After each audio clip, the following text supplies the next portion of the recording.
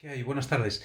Algunos de vosotros me habéis pedido que adelante los vídeos de la siguiente práctica, en este caso la práctica del circuito RC, es decir, el circuito que tiene una resistencia y que tiene un condensador, y vamos a, en una primera parte, cargar ese condensador y en una segunda parte descargar ese condensador utilizando una fuente de corriente continua.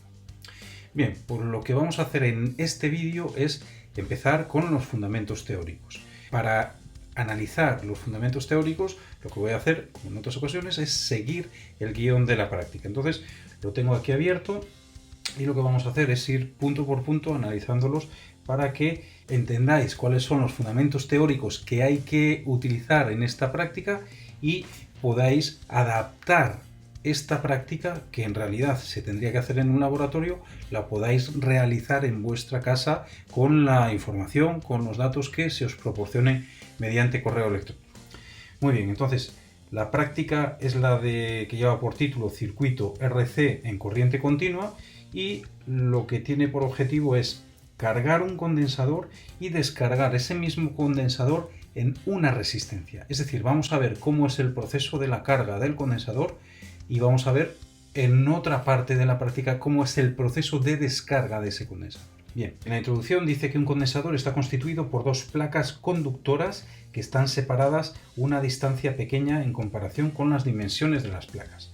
Bien, dibujo un condensador de placas paralelas, pues esto sería algo tal que así.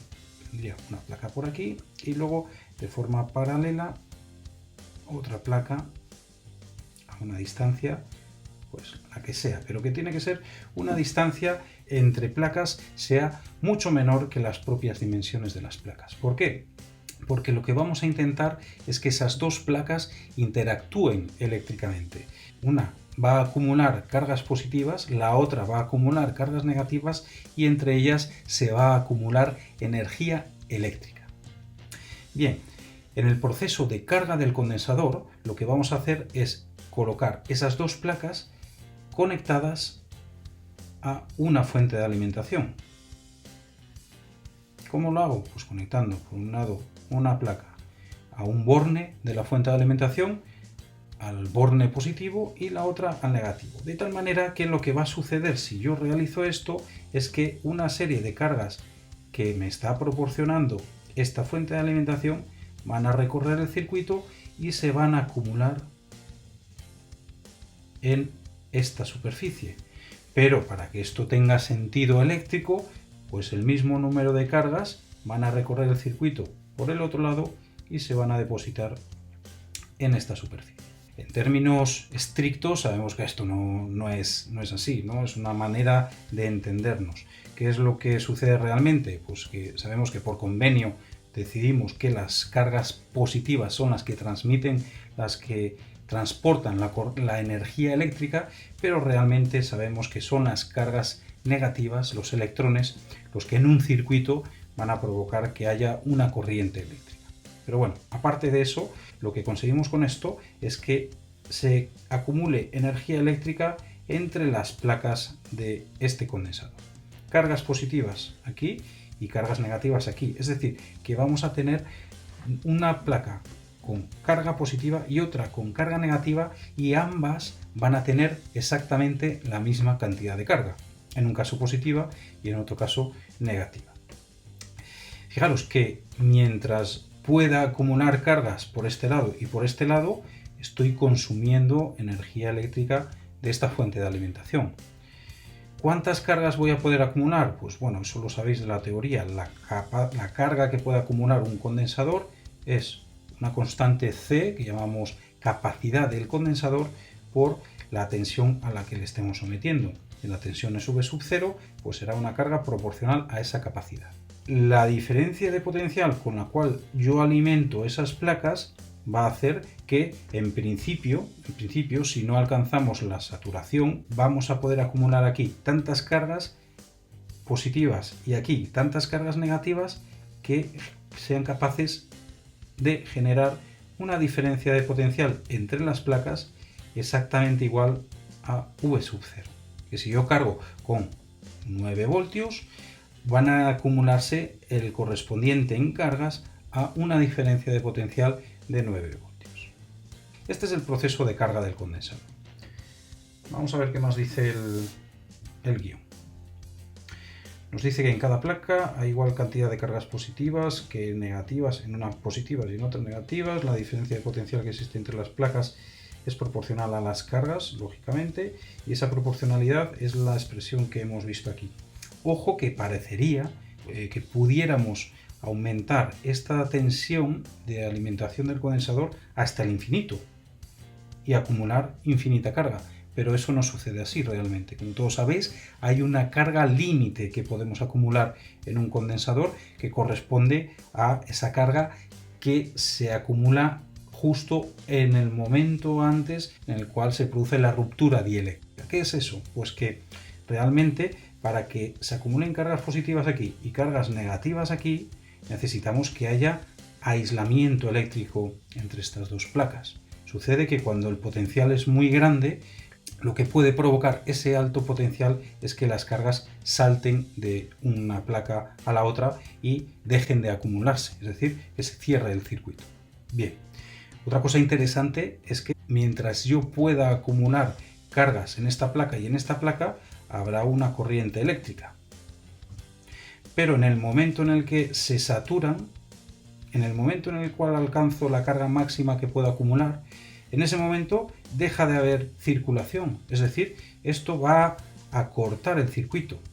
Bueno, el circuito estaba cortado en todo momento, pero esta placa era capaz de acumular carga, esta placa era capaz de acumular carga, con lo cual había movimiento de cargas debido a esta fuerza electromotriz. Pero en el momento en el cual esto se satura, las cargas dejan de moverse y esta pila, esta fuente de alimentación, deja de proporcionar corriente eléctrica. ¿Qué más cosas? Vale, nos dice que para estudiar las propiedades del condensador vamos a utilizar este circuito. Este circuito nos va a permitir cargar y descargar el condensador. Yo ahora lo estoy cargando. De momento solamente he conectado el condensador a una fuente de alimentación que lo que hace es cargarlo. Cuando yo he cargado suficientemente el condensador o en cualquier momento puedo desconectar ese condensador, esas placas de ese condensador las puedo desconectar de mi fuente de alimentación, pero a pesar de haber desconectado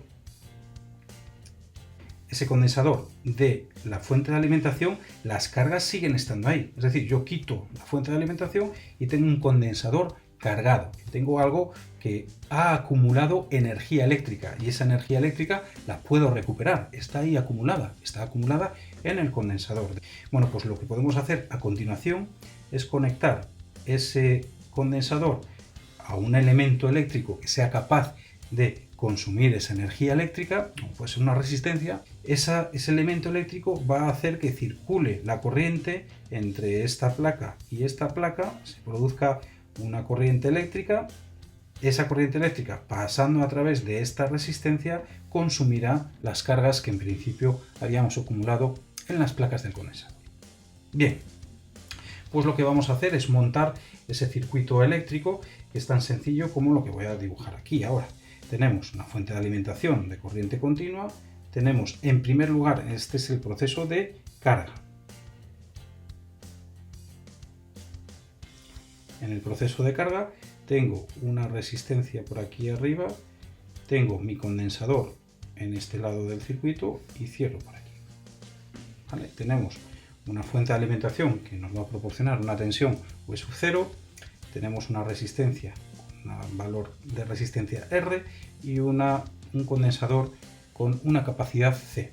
Bueno, pues lo que tenemos que hacer es medir en todo momento una V sub R, que será la diferencia de potencial o la caída de tensión que va a haber entre los extremos de la resistencia, y una V sub C, que va a ser un voltímetro que me mida cuál es la caída de tensión entre este punto y este punto, que son los extremos del condensador. ¿De acuerdo? Y en el proceso de carga lo que yo voy a obtener es una tabla en la que voy a ir registrando a intervalos de tiempo iguales la tensión o la diferencia de potencial que hay en la resistencia y la diferencia de potencial que hay en el condensador. Y voy a ver qué pasa con una, qué pasa con la otra a medida que el tiempo aumenta, ¿de acuerdo? A medida que estoy cargando ese condensador, ¿de acuerdo? Fijaros que no solamente estoy cargando el condensador, sino que tengo una resistencia en el circuito, hay una resistencia y esta estará consumiendo también corriente eléctrica de esta pila. Esta corriente pasa por la resistencia y pasa y llega hasta esta placa, ¿de acuerdo? De aquí salen cargas positivas que van a acumularse en esta placa. De aquí salen cargas negativas que se van a acumular en esta otra placa. Y entre estas dos placas habrá el mismo número de cargas positivas en una y negativas en otra, ¿vale? Pero fijaros que la corriente también pasa por la resistencia, entonces va a haber un consumo doble. Y en particular esa diferencia de potencial que me está proporcionando la fuente de alimentación de corriente continua, pues será igual pues, a la caída de tensión que hay aquí, V sub R, más la que hay aquí, V sub C. Esto tiene que ser así. Esta caída de tensión o diferencia de potencial V sub R es esta de aquí, la que hay entre estos dos puntos, y V sub C es la que hay entre estos dos puntos. Entonces, la suma de ambas será la que hay entre este punto y este punto, todo este tramo del circuito. Y esto tiene que ser exactamente a lo que hay entre estos dos puntos, que son equivalentes a estos.